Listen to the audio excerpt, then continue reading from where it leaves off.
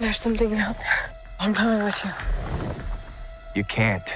I'm trying to protect you. Protect me from what?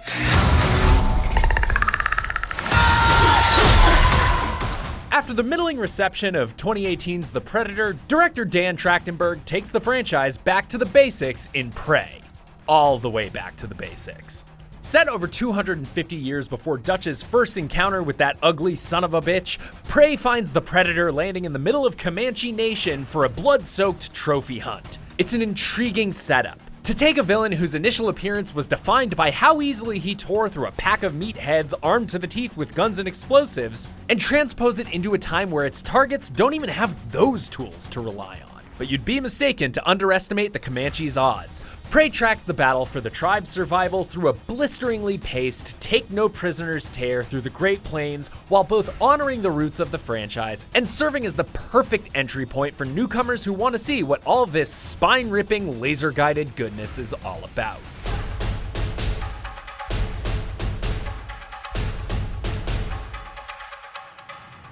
At the heart of the Comanche's conflict with the Predator is Naru, a teenage girl ridiculed by her family and peers for not being content to harvest crops for the rest of her life. Why do you want to hunt?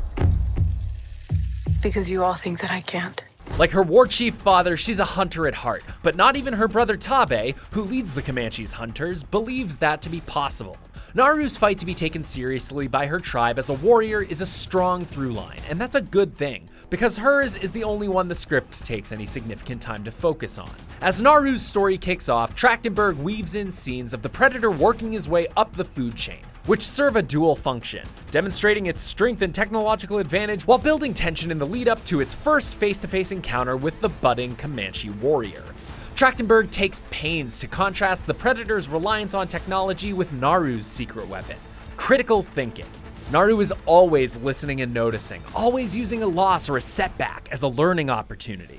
It's a crucial and well-communicated aspect of a character that, given the significant disadvantage she's at in single combat, hammers home that Naru is the only person capable of stopping the Predator's rampage. Naru actor Amber Midthunder more than keeps up with the ferocious pace of the action, as she is constantly undermined and underestimated, making her victories that much more impactful.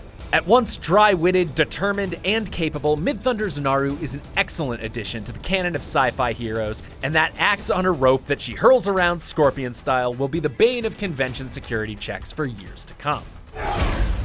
Get over here! If you were worried that Prey taking place 268 years before the original would mean more rudimentary gear for the Predator, you'll be pleased to hear that Trachtenberg finds room for most of its signature weapons in between the rib cages of those unfortunate enough to get in its way. And the movie looks incredible. Shot largely on location in British Columbia, Trachtenberg uses that expansive terrain to make Naru and the Comanche feel even more significant next to the towering aliens stalking them. The Predator isn't the only foe Naru faces, with a second party of invaders crashing in midway through, giving way to an extended and absolutely vicious confrontation between all three parties. Prey's approach to the Predator's attacks alternate between quick, fraught encounters and long, drawn-out games of cat and mouse. Prey is judicious with how it applies these different approaches, and Naru's encounters with her enemies always play out as dangerous and unpredictable. Prey's narrative structure, though, does hew exceptionally close to that of Predator's. A mission, a trip into the wilderness, an encounter with an unseen foe, you get the idea. For newcomers, this won't be a distraction, but it does mean that existing Predator fans may find themselves putting the pieces together a lot earlier on, which does deflate some of the tension in the third act. But with a runtime of just over 90 minutes, at least it takes no breaks in getting to where it's going. And there's also a dog. The dog's name is Sunny, and Sunny is a very good dog. I'm not frightened by a bear. It's not a bear. Dan Trachtenberg's Prey never lets up. It's full of the Predator franchise's trademark violence and tension, but it's the ferocious, star-making turn from Amber Midthunder that stands as its greatest strength. The movie's sole focus on her lead character Naru means that the supporting roster comes off a little wooden, but when Prey is tracking the young warrior's duel with the Predator, full of powerful imagery and creative kills, it rarely falters. Thanks for watching. For more movie reviews, check out what we thought of The Gray Man and Thor: Love and Thunder. And as always, be sure to follow and subscribe wherever you like to watch IGN.